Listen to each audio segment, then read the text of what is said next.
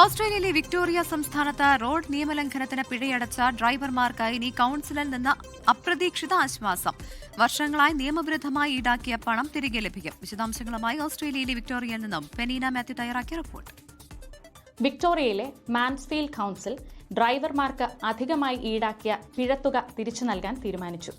കഴിഞ്ഞ 17 വർഷത്തിനിടെ നിയമവിരുദ്ധമായി ചുമത്തിയ ലേറ്റ് ഫീസുകൾ, മറ്റ് ട്രാഫിക് നിയമലംഘനങ്ങൾ കൂടാതെ 2009 മുതൽ 19 വരെ ഈടാക്കിയ പാർക്കിംഗ് പിഴകളിലെ അധിക തുകയും ഇതിൽ ഉൾപ്പെടും.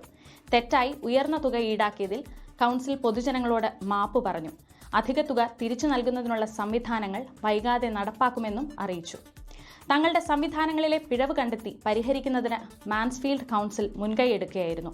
$41 പിഴ ഈടാക്കേണ്ടിയിരുന്നിടത്ത് $102 വരെ ഈടാക്കിയതായും കൌൺസിൽ യോഗത്തിൽ ഔപചാരികമായി തീരുമാനമെടുക്കാതെ പിഴ വർധനവ് ഏർപ്പെടുത്തിയത് നിയമപരമായി അസാധുവാണെന്നും പരിശോധനയിൽ കണ്ടെത്തി. ഏകദേശം 765 പിഴകളിൽ നിന്നായി $34,588 അധികമായി ഈടാക്കിയതായാണ് കണക്കാക്കുന്നത്.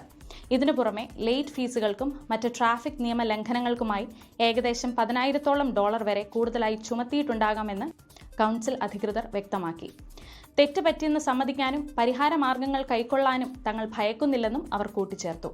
മറ്റ് കൌൺസിലുകൾക്കും സമാനമായ പിഴവുകൾ പറ്റിയിട്ടുണ്ടെന്നാണ് സൂചനകൾ. മെൽബണിലെ മെറിബെക്ക് സിറ്റി കൌൺസിൽ കഴിഞ്ഞ വർഷം ഏകദേശം 2,50,000 ഡ്രൈവർമാരിൽ നിന്നും സമാനമായി അധിക പിഴ ഈടാക്കിയിട്ടുണ്ടെന്നും തുക തിരികെ നൽകാനുള്ള നടപടികൾ ആരംഭിച്ചിട്ടുണ്ട് എന്നുമാണ് പുറത്തുവരുന്ന വിവരങ്ങൾ. പെനീന മാത്യു, 24 ഓസ്ട്രേലിയ. ലോകത്തെവിടെയായാലും ഏത് സമയത്തും 24 വാർത്തകളും ഓഗ്മെന്റഡ് റിയാലിറ്റി പാക്കേജുകളും എക്സ്പ്ലെയിനറുകളും വിശദമായി കാണാൻ ഞങ്ങളുടെ യൂട്യൂബ് ചാനൽ നിങ്ങൾക്ക് സബ്സ്ക്രൈബ് ചെയ്യാം.